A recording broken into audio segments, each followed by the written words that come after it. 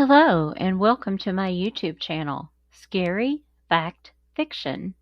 Today is part 4 of my first night alone in my new house didn't go very well, our no sleep story from Reddit.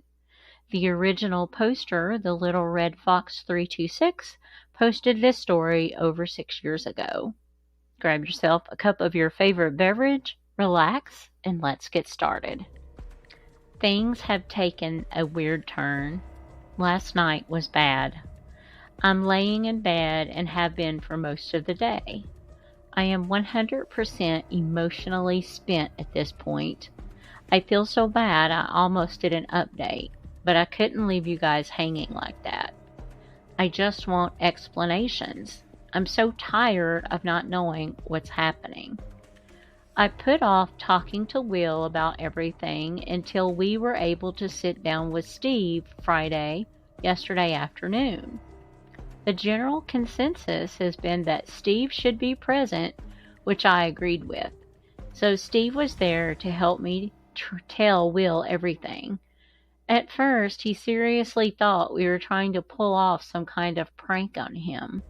It took some convincing for him to realize we were telling the truth. Then he got upset, like I knew he would, that I hadn't told him what had been happening while he was gone. After the three of us talked extensively about it, we decided not to get cops involved. Not until we had some solid evidence to balance some of the more unnatural things. The whole conversation took place around the kitchen table in our house, and we spent last night here in our house as well. Will didn't want us to be run out of our own home, as he put it. I couldn't expect him to be experiencing the same amount of uneasiness I'd been feeling for the past few days. This is all secondhand news to him, and while I know he trusts Steve and I'm sure it was hard to process. I know he's trying to take a logical standpoint, like he does with any sort of crisis, but I also know the whole thing unnerves him. He did agree the lights and trail camera were a good idea. I probably wouldn't have been able to stay in that house without them. Steve helped him install everything yesterday afternoon. There's now a light in the kitchen by the back door, out on the back deck, along the south deck, where the house got smacked, and one on the front deck. We decided to put the camera up along the backyard fence. There's about 3 yards of clearing between the fence and the tree line. Anything that comes into the clearing should get picked up by the camera. I wanted to try to put up some harmless booby traps around the place, like a few readers suggested. Not something to catch the thing, but to indicate if anything had come close to the house. Will talked me out of it since we have the camera and extra lights and he's home now. I think he feels like it's his job to protect me and the house now. Steve had dinner with us and went home. Danny is still at his place. As hard as I tried, I could not coax her to leave with me. She's been a basket case for several days now, and she was so anxious I didn't have the heart to force her to come home. Steve brought her some mild sedatives from work, and that seemed to take the edge off for her. He told us to let her stay for a day or two, and hopefully she'd return to her old self and want to come back. He's a vet, after all, so we agreed that was for the best. He says she's been cuddling a lot with him and his 2 dogs. It's hard not to feel a little hurt, though. My dogs are like my kids, and suddenly the middle child doesn't want to be home with us. I know better than to blame Danny, but it doesn't do much for the resentment I feel towards whoever or whatever has decided to disrupt our lives. Will and I carried on as normal yesterday evening. We avoided any more talk of the odd things that occurred in his absence. After we cleaned up the kitchen from dinner, we settled on the couch to watch a movie. During the movie, we opened a bottle of wine, and I had probably way too much, but it felt nice to loosen up for a change. With Will back, it was easier to unwind a little. I let Nina and Big Ben outside once more before bed, and they were quick about it again. After they came in, I went around checking each door and window and securing the curtains in place. Will watched me do this, looking a little bemused, but didn't say anything. I climbed into bed to reply to comments from you guys. I have to admit that by that time I was a little tipsy on wine. I think it was about 11:30 here when I called it a night and laid down to sleep. I must have been out within a few minutes. When I woke up, I was really disoriented. It was hot, stuffy, and I was having a really hard time placing the time and day. It was pitch black, and only when something stirred at my feet did I comprehend that my dumbass was completely under the blankets. Something nudged my shoulder gently, and I remembered that Will was back. I poked my head out from under the blankets for a breath of air. It was so dark in the room, I could barely tell if my eyes were open or still closed. Will was nothing more than a dark blob against a dark backdrop. "Amelia," he said my name in a hushed voice. "Are you awake?" Was all I answered. A glance at the clock revealed it was just 2 a.m. I wanted to go back to sleep. My head felt heavy and kind of hurt a little. Yay, alcohol. "Are you okay?" he asked. I replied. I reached down and felt for Big Ben. My hand found his shaggy coat, and I felt quite content. I don't think at that point I even remembered weird things had been happening. "You were mumbling in your sleep," Will told me. "Sorry," I said, really wanting nothing more than to drift back off. "It's okay. It didn't really register at the time how concerned he seemed." The next bit I've had to have Will help me piece together. The next time I woke up, it was to the awful sound of a scream. Just before the screaming, I heard someone calling my name. Only it wasn't my name.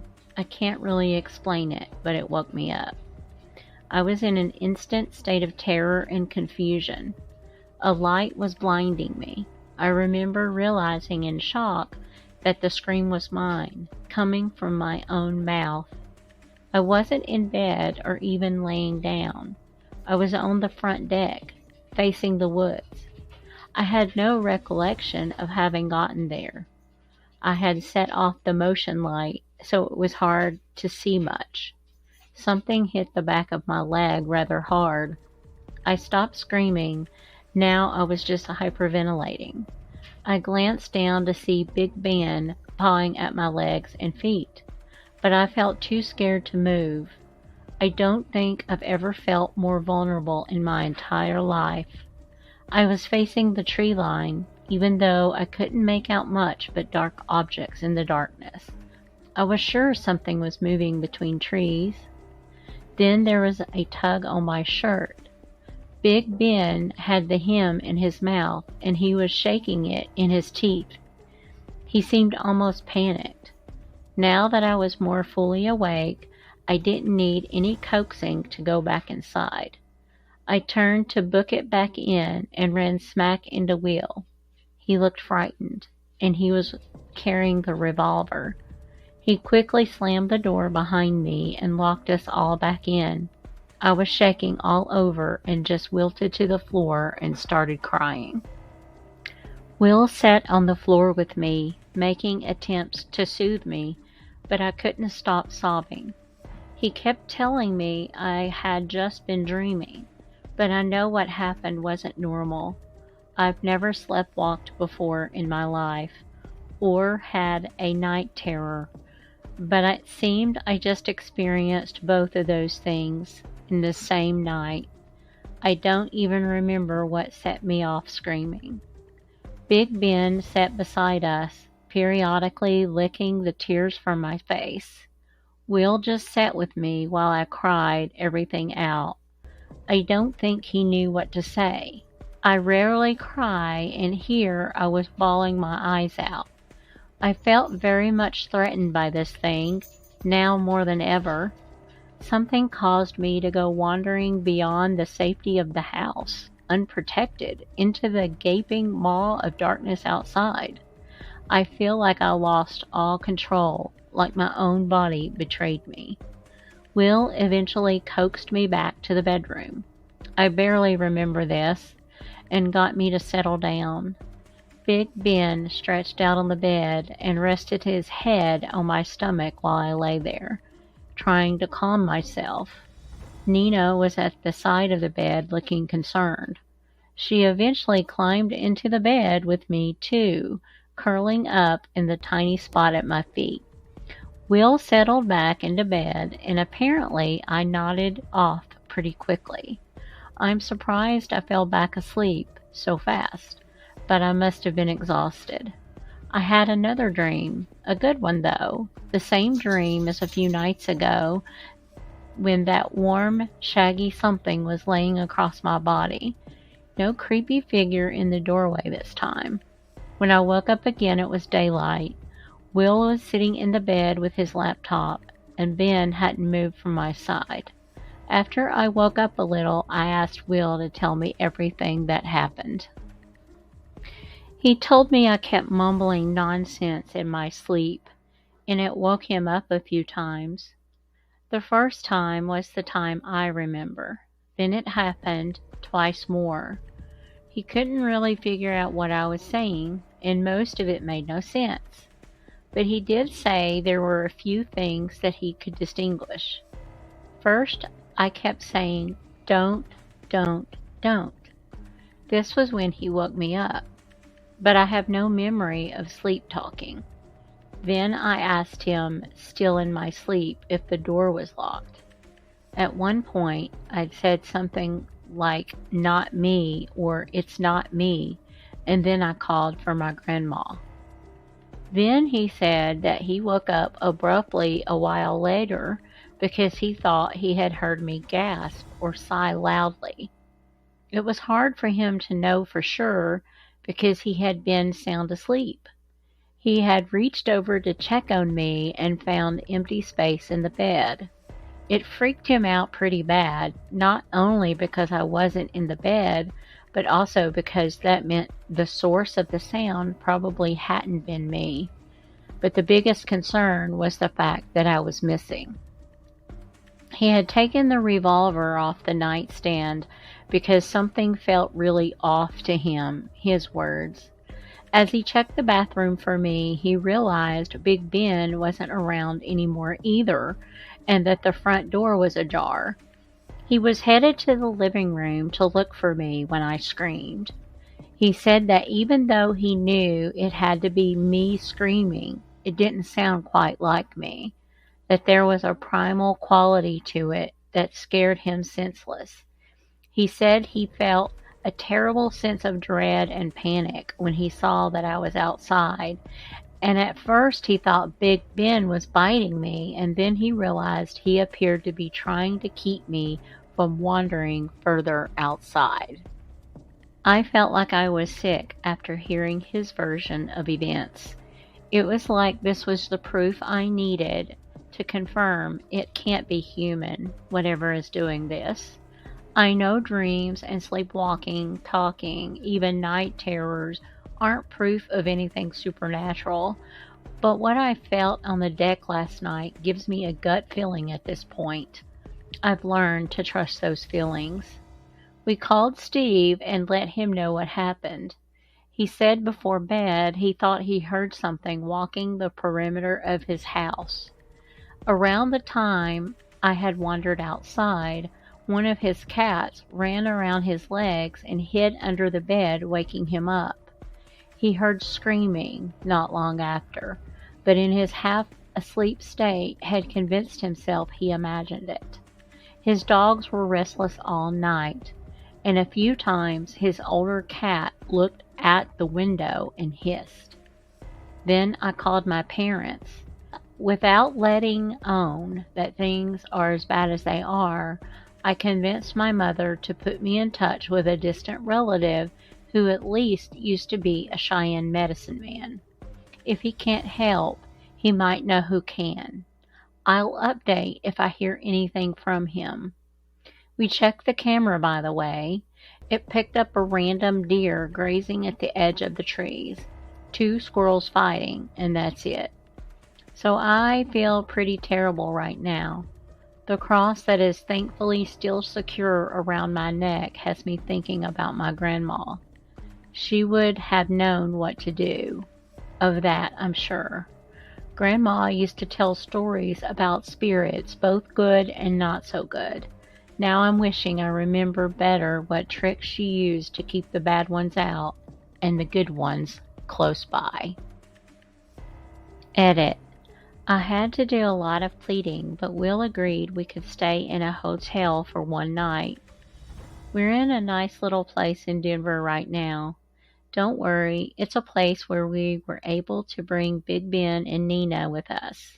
Danny is still with Steve, and he's given me updates every few hours. So far, things are quiet back home. I'm just looking forward to a good night's sleep.